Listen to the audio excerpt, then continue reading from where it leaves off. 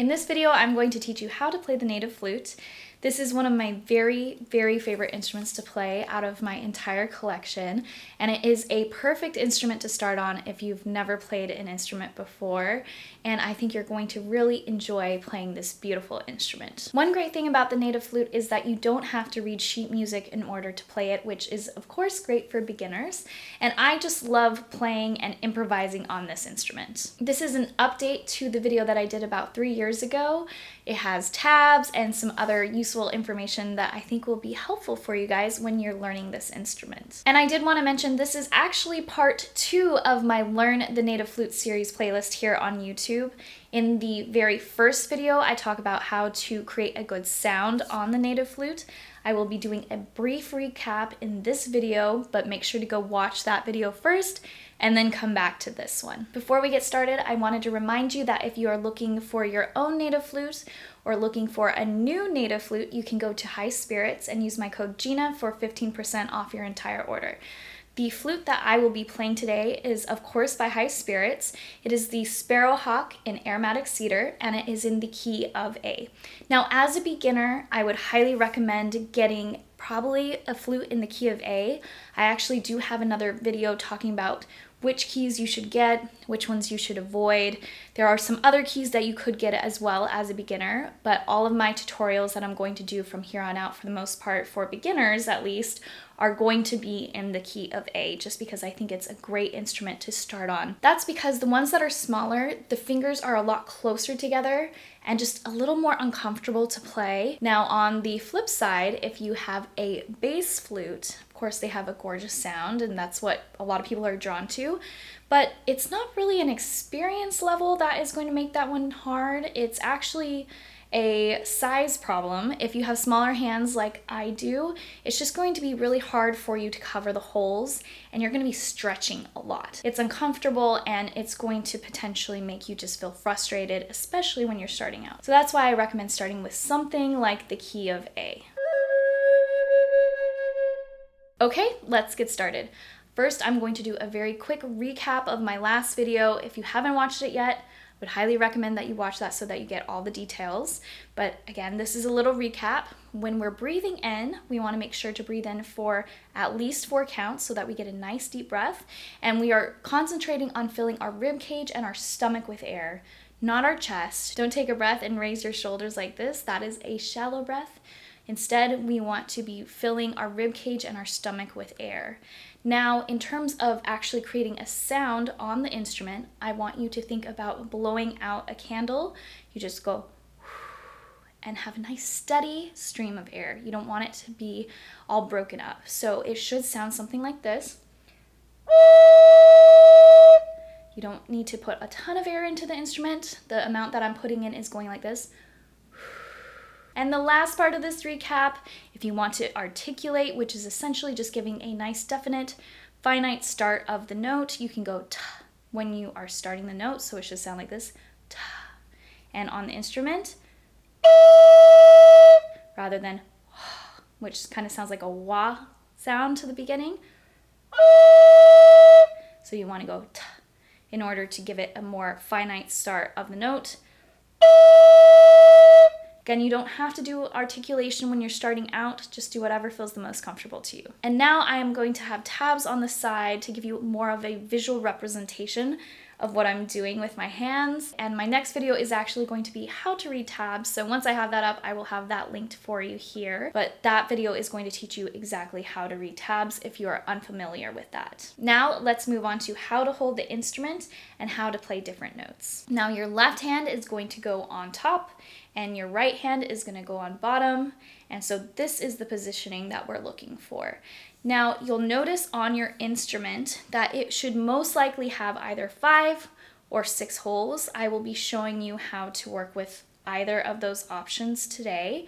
Now this one is 6 holes, but it does have this leather band to cover the 3rd hole right here. The reason for that is most traditional music played on this instrument do not involve this note right here, this hole. So that's why it is covered. You can, of course, if yours does have this, move it out of the way.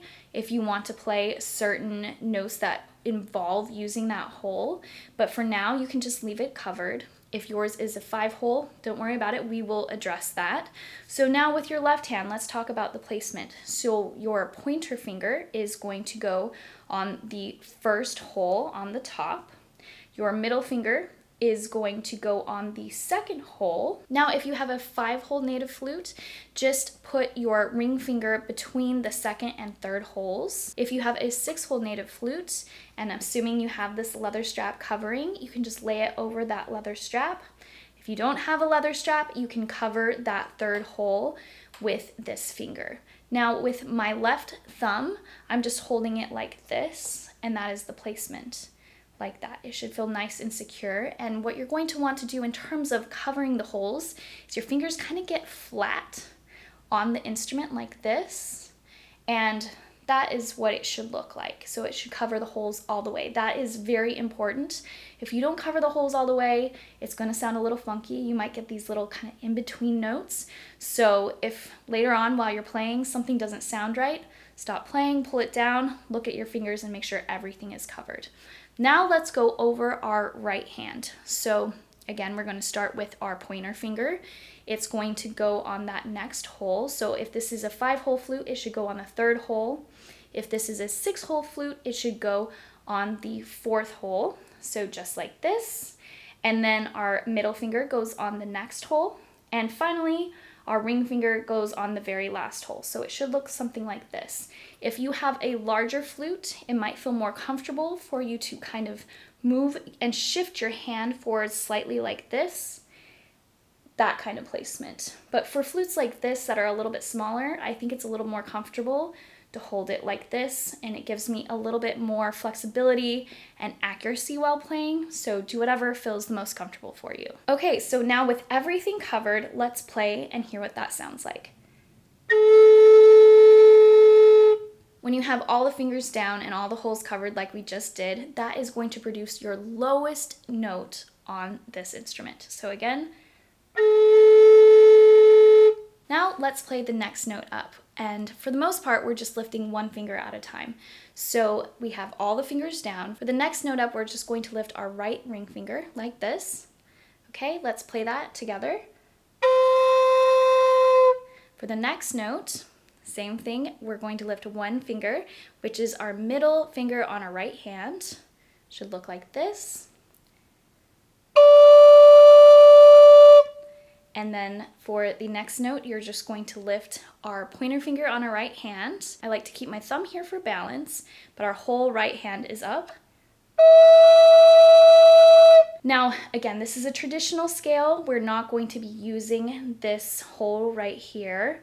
Again, if you have a 5-hole, kind of disregard this, just leave this finger down. If you have a 6-hole, keep this finger down over the hole. But for the next note, we are going to lift our middle finger on our left hand like this. And the last note is we're going to lift, you guessed it, our pointer finger on our left hand. Again, keep those thumbs on there and keep this on here as well. And that's just going to give you a little bit more stability while you're playing. So let's try doing that all together from the bottom to the top, and then we'll try going back down. So everything down like this. Lift our right hand ring finger. Lift your middle finger on your right hand. Lift your pointer finger on the right hand. Keep your ring finger on your left hand down and lift your middle finger on your left hand. And now lift your pointer finger on your left hand. Now let's try going the opposite direction. So first we're going to put our pointer finger on our left hand down, everything else up. Now our middle finger on our left hand. Pointer finger on our right hand. Middle finger on our right hand, and finally our ring finger on our right hand. Now let's try putting that together. I'm not going to talk in between, but I'll go very slow for you.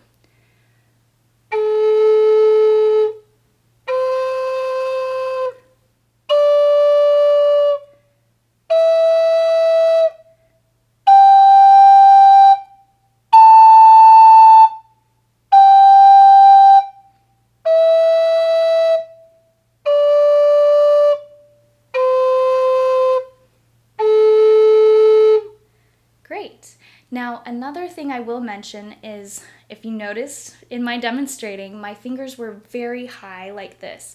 And the reason I was doing that was to make it easier for you to see what it was that I was actually doing. But what I would recommend for you is to actually try to keep your fingers as close to the holes as possible. That will allow you to be more accurate in your playing as well as play faster. So rather than being up here and kind of searching for where the hole is that you're putting your finger down to, it'll be nice and close, and it makes it just so much easier to actually find it, cover the hole all the way, and it just improves your accuracy. So again, I would keep your fingers more around this level rather than up here in the stratosphere.